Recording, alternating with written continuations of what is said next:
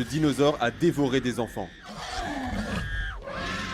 Vous n'êtes pas sans savoir que les dinosaures qu'on voit dans Jurassic Park, ce sont des animatronics. Ce sont des robots télécommandés, on va dire. C'est pas des vrais dinosaures. Désolé si ça en choque plus d'un. Et ben, faut savoir que l'animatronics du tyrannosaure dans Jurassic Park 1, il pesait quand même 5 à 6 tonnes.